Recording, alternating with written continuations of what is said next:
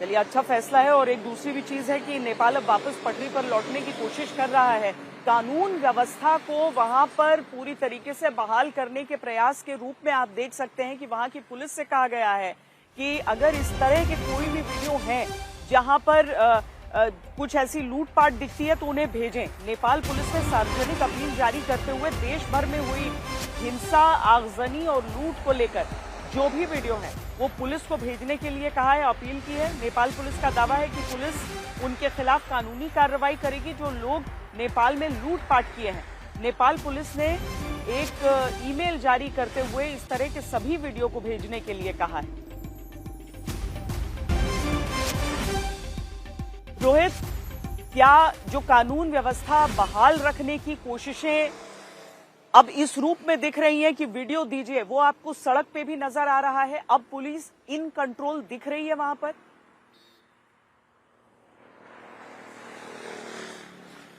देखिए श्वेता, पिछले 2 दिनों से अगर हम देखें तो आर्मी ने पूरी तरीके से नेपाल पर जो है वो नियंत्रण किया हुआ है। कर्फ्यू भी लगा हुआ है और जगह जगह पर काठमांडू से लेकर अन्य तमाम शहरों में जो है आर्मी की गश्ती जो है बढ़ी हुई है, यानी कि आर्मी की सक्रियता बढ़ी हुई है।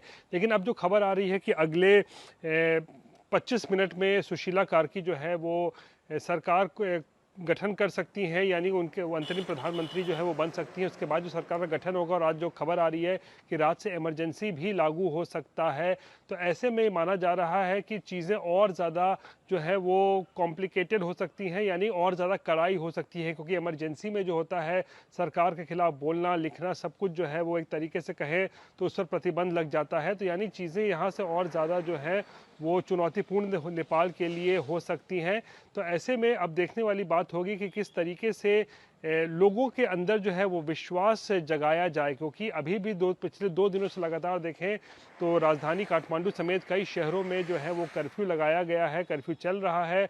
हाँ, 1-2 घंटे के लिए जो है वो ढील दी जाती है, लेकिन फिलहाल अब नई सरकार के गठन के बाद और इमरजेंसी लागू होने के बाद किस तरीके के हालात बनते हैं उस पर नज़र रखना सबसे ज़रूरी होगा। क्योंकि इमरजेंसी जो है एक मामूली एक व्यवस्था नहीं होती है। इमरजेंसी के आपातकाल का मतलब होता है बहुत कड़ाई जो है वो बढ़ती जाती है, जहां पर आप सरकार के खिलाफ न बोल सकते हैं न लिख सकते हैं, जैसा कि हमने भारत में भी देखा था। जी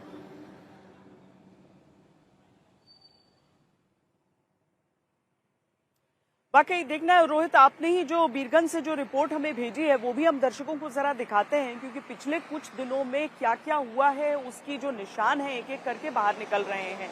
बीरगंज में किस तरीके से मेयर के घर को भी आग के हवाले कर दिया गया, उस पर भी जनजी का गुस्सा टूटा था। ये रिपोर्ट दिखाते हैं। हम तस्वीरें आपको दिखाना चाह रहे हैं, बता रहे हैं कि किस तरीके से मेयर के भी घर को जो है वो निशाना बनाया गया था और किस तरीके से ज़बरदस्त आगजनी की गई थी।